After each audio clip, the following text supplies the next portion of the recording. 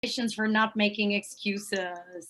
Happy to have you Yep. guys with us for the second round. The Welcome, first round welcome. was super popular. 37 people who did not want to leave and they wish they could have stayed even like longer without a break, I guess. Yes. We're very excited to have Larry with us. We actually know Larry for a long time. It's just Larry and I only met once in person. We follow him on Douyin. There's a lot to learn from him. Also, he has a lot of different books. I have one of his books. So try to make sure you get one of his books. Beyond this, if you are new to Monday Morning Motivation, scan the QR code here in the middle. Maria will admit you to our community, which has nearly 2,500 members all over China that we're And very proud abroad. of. And And abroad. yes. And also every Monday morning, we have the free webinars with different speakers, different topics. They're going to remain for free. But if you feel like you love what we're doing and you want to support the community, you can donate something. Here on the left side, there's the QR code, and we will give 50% to the 1 Million Tree Project so that they can plant more trees in the world and you can do something good for the environment. If you Absolutely. ever miss a webinar, it's not a problem. You can also catch up and you can just like scan the QR code here on the right side. We have webinars. We have the recordings of every webinar, basically. We do. We do. And in case you guys want to take more action, we have a fantastic book out. We have the English and bilingual version. It's a 365 days of motivation. It's a book of quotes and exercises that can be used either daily or when you need some extra inspiration, just you open it up and you have a quote staring back at you and it will allow you to reflect on that. So we have that. QR code is on the right. And we actually are running the second edition of the Peak Performance Masterclass on December 3rd in Shanghai at 6 to 9. We did this last week and it was fantastic. We had lots of people very committed to working on their goals and on their habits to get things done and to become more effective and more purposeful about what I want to do for the rest of the year. So if you guys want to join, that's the QR code. We're also running it online. Last time we had a friend of ours, Jay, who came from Australia. So we're streaming on Zoom as well. So there's no excuse if you guys are not in Shanghai. And that's all from our side. Everyone's here to hear from Larry. So let me stop my sharing and The allow Larry next to 20 start his minutes. wonderful. Yeah, but if you have questions, Yeah, you can just like write it down or ask right after the webinar. Stage is absolutely. yours, Larry. Hi, everyone. So, yeah, welcome to Monday morning. And yeah, I hope this is going to be a very good start to your week. I'm trying to get the screen share on. So my topic is on turning your new challenges into opportunities. And I think as a timely topic, I mean, you know, there's so much going on, so much change in the world and creating big challenges for us. So I hope in terms of being a very, you know, practical topic for you, it really hits the mark. Maria, I'm trying to get my host disabled participant. Let's see, I'm trying to get the PPT up. Yeah. Okay. Is that? Maria, I'm the There we go. co-host. You gotta give it to her. Okay. There Oh we no, go. it's Okay. working. Yeah, it is working. Okay. So, you know, in terms of you know, these days, and just to frame big picture, you know, so they call it a lot of things, you know, like you hear the new normal, you know, this is the reality we all face today. And then another expression you hear a lot, I believe a lot of you know this by now. It's an expression actually been around for over 20 years. It's VUCA. And you know, these days they say it's a VUCA world. It used to be just used to describe situations, but now they just say it's a VUCA world: volatile, uncertain, complex, ambiguous. One expression that I introduced to the earlier session that people are using these days, it's called tuna. And so now they say it's a tuna world. So I only learned this about 3 weeks ago myself. You know, I heard it in another talk, right? So what do you think tuna stands for? Tuna, right? Just to give you a hint, the U is also uncertainty, the A is ambiguity, but the T and the N, Think about that. So T is actually turbulent. It stands for turbulent or turmoil. The N is much less obvious, but it makes sense, okay? And what it stands for is novel. And it's basically saying that the things that are impacting us and changing our world are things that have never been experienced before, or they're quite new, they're quite different, they're novel, right? And so these are changes that none of us are really prepared for, right? Like that. And so that's kind of the realities that we're all facing these days, okay? And so in starting off, I like to pose a question. And here's the question, right? The question is related to turning challenges into opportunity is, when is a better time to accelerate your career development and your career in general, your career success? Is it in good times or difficult times, all right? A lot of people like in good times, yeah, the wind is blowing, things are going well. So it may be quote unquote easier.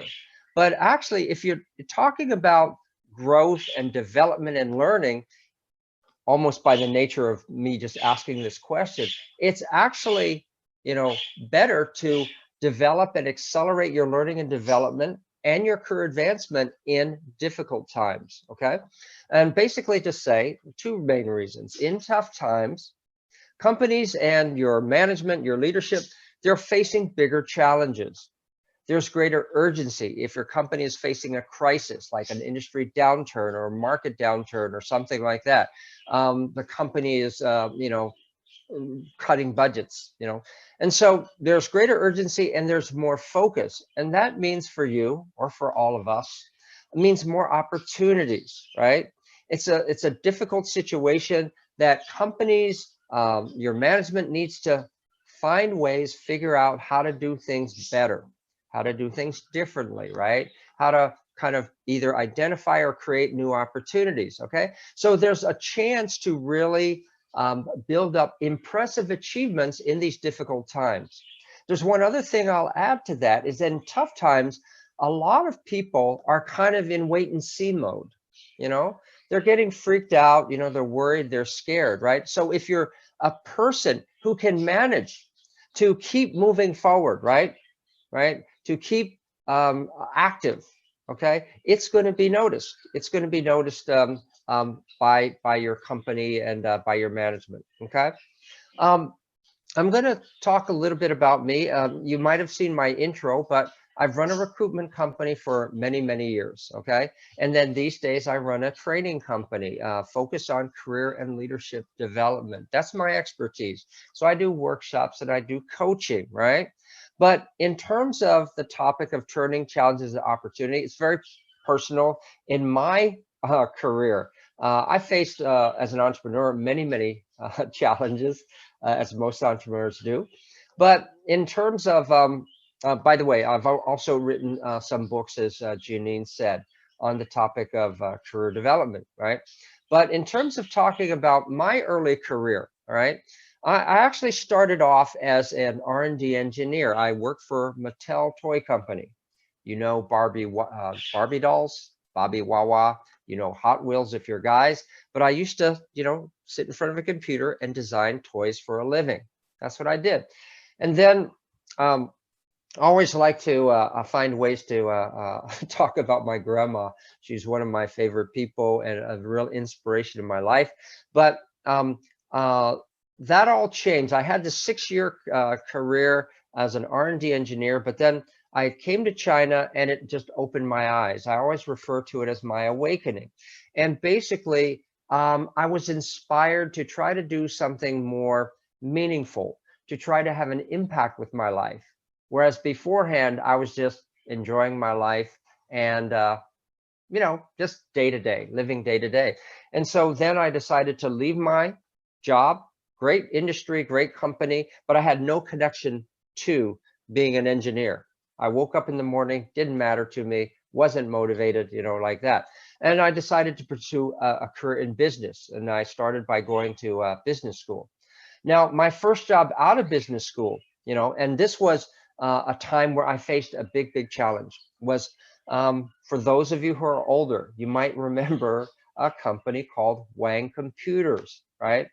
Now, in the day, if you've never heard of Wang Computers, whenever they talked about like IBM, HP, Wang Computers was also mentioned in the same line, right? But during the time I joined the company, there was a major disruption going on in the IT industry, a shift from the importance of hardware, right? Like these companies like IBM, HP, and Wang, to software, companies like Microsoft and Oracle. And the shift was the whole world, the whole industry, and industry recognizing that the value was really in the software. Okay, so for a hardware company like Wang, it started a free fall where over a 5-year period, and I was there for 3.5 of these years, the company went from 3 billion US dollars to 500 million. I'm talking about free fall like that, like a lot of Black Fridays, and going from 30,000 to 5,000 employees. Okay, so here I am. I'm a fresh MBA graduate. I'm all eager, energized, motivated, and now I'm part of an industry and a company that's going through a major downturn. Okay, like that, and so it's seemingly the opportunities are much less, and I'm just part of an incoming class of 50 management trainees, right? So how am I going to distinguish myself? And, at that point, I was really super motivated to kind of, pursue this business career track, right? So here's what I learned, like in challenging times. They always say, like, where there's a challenge, there's an opportunity. And I found that to be exactly true. Okay.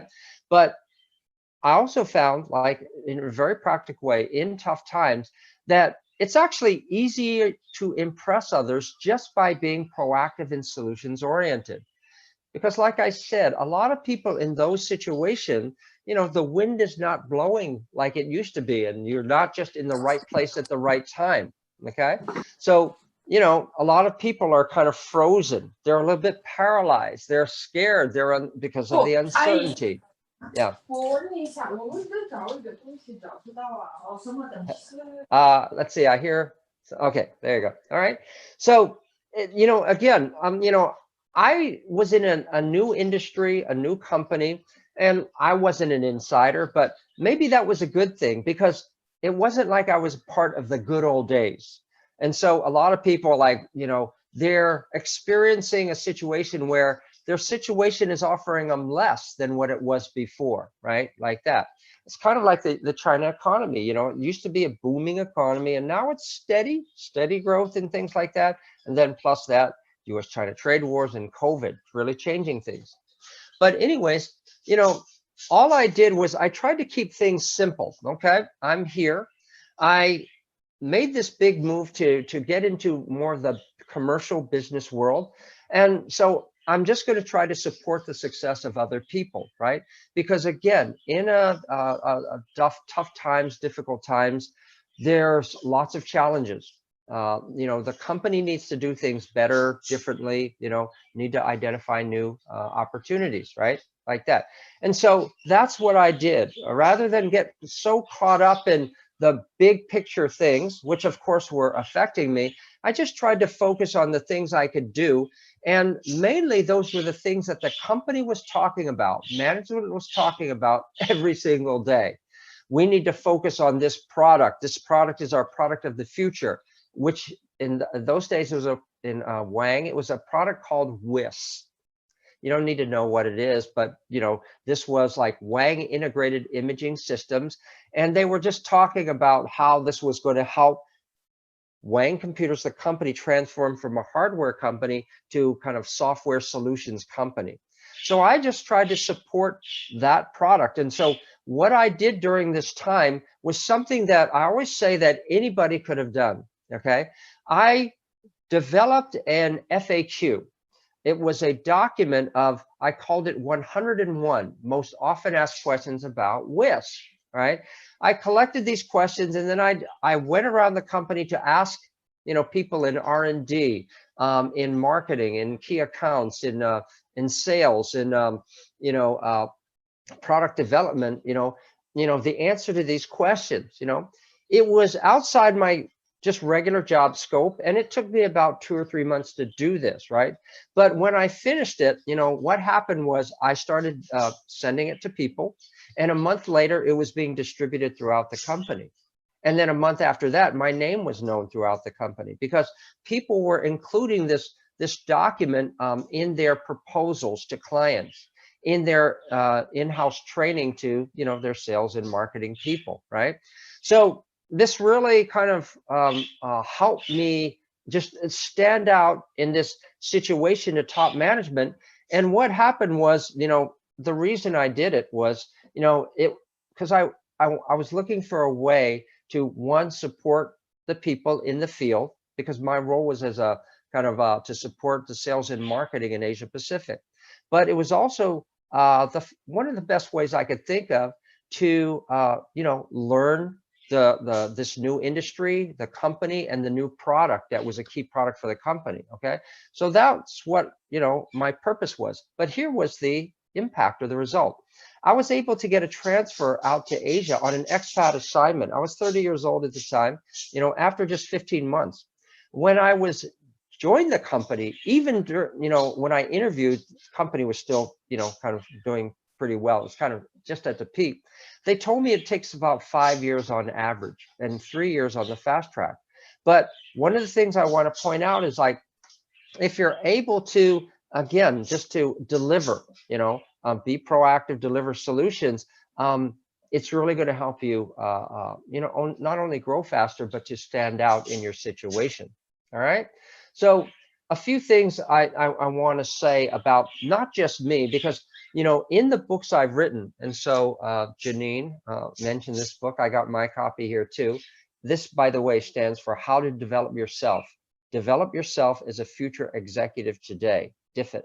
I was going for a DIY, type of flavor, like do it yourself. You have to, take more ownership and stuff like that, be more proactive. But anyways, in this book, I interview a lot of people. And what I'll tell you is that it's not full of people of outstanding talent and circumstance. Because when you write about people like that, a lot of people go, yeah, but he went to Harvard. Oh, he's got 800 on his GMAT. He started as a high potential at McKinsey and things like that. They kind of discount it, right? So in the book, I really like to talk about people, and it's really fun to do that too, to talk about people of outstanding mindset and behavior, because basically what they do, anybody can do. And here are the characteristics of those type of people. So, if you want to talk about the most impressive people at career development, in my experience, it's successful people who come from job situations with less. Meaning they work in a local company, second tier company. They start out as assistants or secretaries or test engineers, customer service, very general positions, not like, management trainees or high potentials or anything like that. Okay. But it's not everybody, but the ones that really impress you, are the ones that kind of have this self-awareness, okay, about their situation. They know that nobody's going to recognize them. So, they have this great mindset. They don't have a victim complex, as if somebody owes them something, and so they have a high level of ownership about their situation, their career. They don't overthink things. They don't, why is this? Why is that? When is this and when is that going to happen? They don't overthink things. They just focus on, whatever resources, people, situations they're part of, and opportunities that they can get out of it. So they don't wait for things to happen, and they just try to figure out to just get what they need. They just get what you need. Okay. And in a sense, they have lesser opportunities, but they make more out of it. They make more out of less. By the way, that's one of my favorite expressions. It's a great way to be, or it's a great way for other people to look at you and to identify about you, that you're the type of person that can make more out of less, right? Not only in your performance, but, for you personally in your career as well. Okay. And so again, the characteristics about them, they have higher level of ownership. Like they understand, okay, your career is your responsibility, or my career, my responsibility. They recognize, again, whatever situations, opportunities, resources, and people that are available to them. And the most important thing is they are proactive to take advantage of them. Okay. So in your situation, if you work for a multinational company, a global company, they're a world-class company for a reason. They might be going through a hard time. The industry is in a downturn, or maybe the company is cutting back because of the big situation. But some things haven't changed, okay? The business model fundamentally, the quality of the people, the leaders that are in the company you work with, the products and services, the resources, right? The information and expertise that you have access to, right? So it's just about, again, going out and taking advantage of these, okay? Now, I'm going to tell another kind of an example. And this is about a person, and I talk about her a lot. Her name is Vivian Hong. I wrote about her in this book, okay? And she was part of, and this again, maybe is going to date a few of you. I don't know if you remember when the internet bubble burst around the world. It was around the year 2000, right? Okay, 1999, 2000. And this is when a lot of companies and the whole investment community was investing heavily into B2C, B2B, e-commerce business models. But it was determined that these were going to be failed models, at least for the time. It was way too early. The user buying habits weren't there. The market just wasn't there, okay? And so Vivian was a part of a company called Alibaba. But it wasn't the Alibaba that you know it of today. It was just a company, a new startup company, like hundreds and thousands of internet companies. And like they had raised 20 million US dollars, and they were going to, build up the company and try to become the eBay of China, right? Because they set up Taobao. But then e-commerce, around the rest of the world, not going to get there, okay? So what happened was, she described it to me as like all the VPs, all the directors, and a lot of the managers left. She was 28 at the time. She was in the Shanghai office. It got down from like dozens and dozens of people in build up to only 7 people. And what happened was that she was approached by management from Hangzhou, because that's where they're headquartered, to like be the acting GM. She had very little leadership experience. She just joined the company, and she was asked to be the acting GM. Okay, so here was Vivian's thought and attitude. She says, well, they're approaching me, they're asking me, I didn't create the situation. This is certainly not what I joined the company like expecting, but it was just a chance to do things that she normally wouldn't get a chance to do. Work with top management, try to build a team to motivate them, to inspire them, to try to, they were doing a lot of product development, because it's like, it's like you join a rocket ship and you're expecting to take off, but then all of a sudden they say, weather's bad, you can't take off. We got to just sit here on the launch pad, okay? And so, but there's still a lot of things you can do to upgrade and improve the technology to get ready for the future, right? So she just thought and kept it very, very simple and straightforward. No matter what happens, she knew she was going to learn and grow, right? And so over the next 2 years, that's what she did. She just tried her best to get involved, to do things.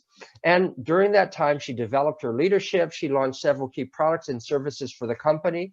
And in those days, you can bet at the size and stage of the company, she was interacting a fair amount with Jack Ma, okay?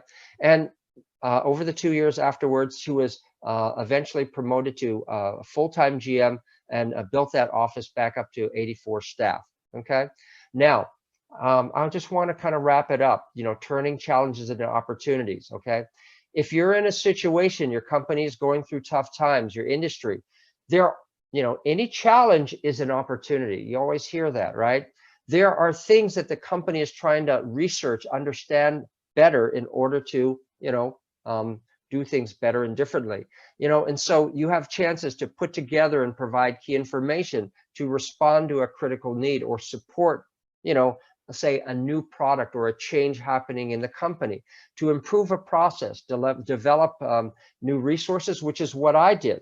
I didn't invent a new technology. All I did was collect information, organize it, and just take what was already existing in the company and make it more available and user friendly to people. That's all I did, and it was considered outstanding or viewed as that. Okay, but to organize things and support the success of others, your boss, your department, what your company is paying attention to. Okay. Here are the 3 takeaways, 3 simple truths about the tough times you face. Okay. Very simple. First of all, this too shall pass. I highlight this one because a lot of people, they're so caught up in today's reality, and they think reality is today, but you have to remember that the future is also a reality. That when the future arrives, the question is, how prepared are you going to be when things get better? They might look differently, but there are going to be opportunities again. The situation is going to come out of a crisis situation.